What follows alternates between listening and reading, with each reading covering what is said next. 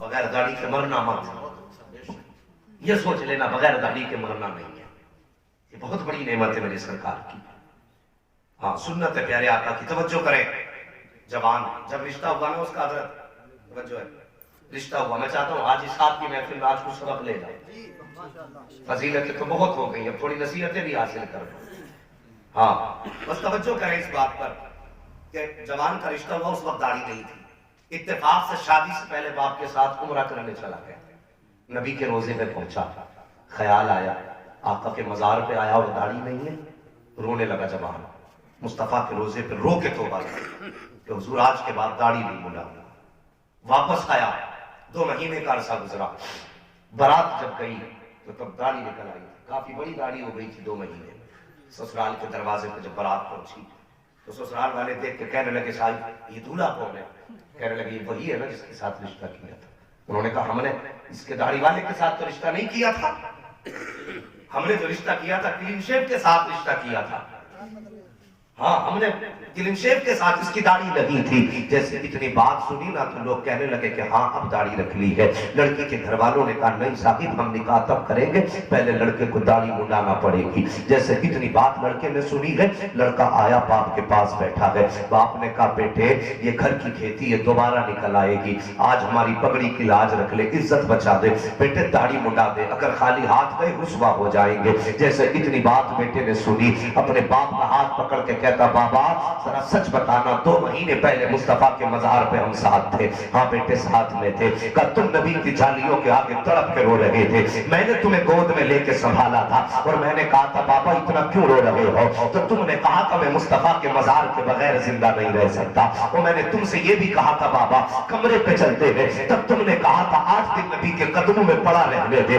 اس کے بعد جوان نے کہا تھا بابا ذرا سچ بتاؤ وہ رونا کیسا تھا اور آج داڑھی منڈانا کیسا ہے؟ اگر وہ سچا عشق تھا تو پھر داڑھی منڈانے کا مشورہ کیوں دے رہے ہو؟ اور اگر داڑھی منڈانا اصل ہے تو پھر وہاں پہ رونا کیسا تھا؟ جیسے باپ نے اتنا سنا ہے چپ ہو جاتا ہے، پھر بیٹا کہتا بابا اچھا مجھے تھوڑی اجازت دے۔ بیٹا باپ کے پاس سے اٹھا اور اٹھنے کے بعد باہر گیا، جتنے گلے میں ہار پڑے تھے سارے اتار کے کچڑے میں ڈال دیے، اور ڈالنے کے بعد روح کیا کہ مصطفیٰ کے مدینے کی طرف، اور رو کے کہتا ہے حضور کہ نکاح ہو نہ ہو میں نکاح چھوڑ سکتا ہوں لیکن مدینے والے تیری دی ہوئی سنت نہیں چھوڑ سکتا ہو۔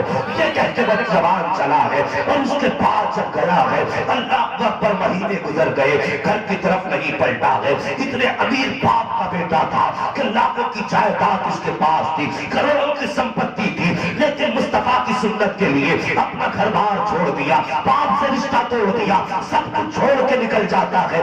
سردیوں کا موسم آیا، ایک ہی جوڑی کپڑے ہیں انہی کو دھو کے پہن لیتا ہے۔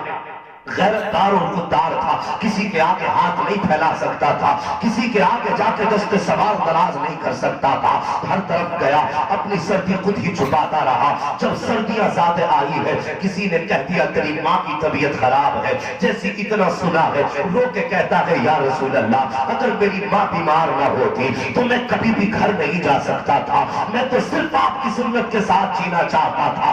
یہ کہہ کے گھر کی طرف چلا ہے، اس کے پاس کرائے کے لیے پیسے لگی ہے، آیا گاڑی کے پاس، اس کے مالک سے بات کی اور اسٹیشن جہاں پہ اترنا تھا پہنچا۔ جب وہاں پہنچا تو رات کا وقت تھا، آدھی رات گزر چکی تھی، کوہرے کا موسم تھا، ٹھنڈی ہوائیں تھی۔ جب اس کو سردی لگی، سردی برداشت نہ ہوئی، ایک ہی جوڑی کپڑے ہے اسی میں سردی میں سمٹتا رہا۔ جب سوچا کہاں جائے، سامنے مسجد کا دروازہ موجود تھا، مسجد کے اندر گیا، جا کے بیٹھ گیا اندر، لیکن پھر بھی سردی نہیں تھم رہی ہے۔ جب سردی نہیں رکی ہے اس کے بعد یہ اٹھا ہے، جو مسجد کے اندر چٹائی تلی کی ہوا کرتی ہے اس نے اس کو اٹھایا، بدن پہ لپیٹا، ایک کونے کے اندر بیٹھ جاتا ہے۔ ابھی کچھ دیر گزری تھی کہ اچانک مسجد کے دروازے پر ایک بڑی گاڑی آتی ہے، اس کا انجن وہیں بند ہوا، گاڑی کی آواز تھمی، کھڑکی کھلی، ایک شخص گاڑی سے اترا، اترنے کے بعد مسجد میں آیا اور یوں آ کے تلاش کر رہا تھا جیسے کوئی کھوئی ہوئی چیز تلاش کر رہا ہو، جیسے کوئی گمشدہ چیز تلاش کر رہا ہو۔ اس طرح دیکھتے دیکھتے جب اس کو کچھ دکھائی نہ دیا